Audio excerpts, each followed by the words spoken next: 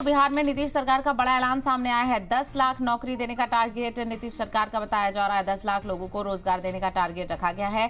अब तक 5.16 लाख लोगों को सरकारी नौकरी दी गई है, तो वहीं 99,000 सरकारी नौकरी देने का प्रोसेस शुरू किया जाएगा।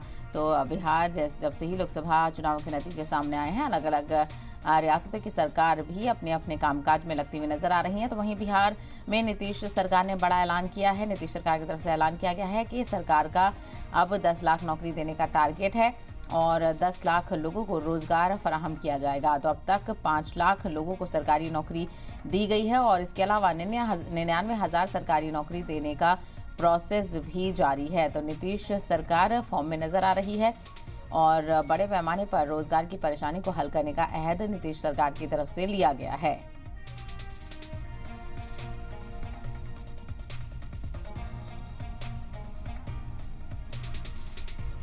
तो बिहार में नीतीश सरकार ने बड़ा ऐलान किया है। 10 लाख नौकरी देने का टारगेट यहां पर रखा गया है नीतीश कुमार की तरफ से और 10 लाख लोगों को रोजगार भी यहां पर फराहम किया जाएगा। इसका टारगेट नीतीश सरकार की तरफ से बनाया गया है। अब तक 5.16 लाख लोगों को सरकारी नौकरी दी जाएगी। फिर 99,000 सरकारी नौकरी देने का प्रोसेस भी लगातार शुरू हो चुका है।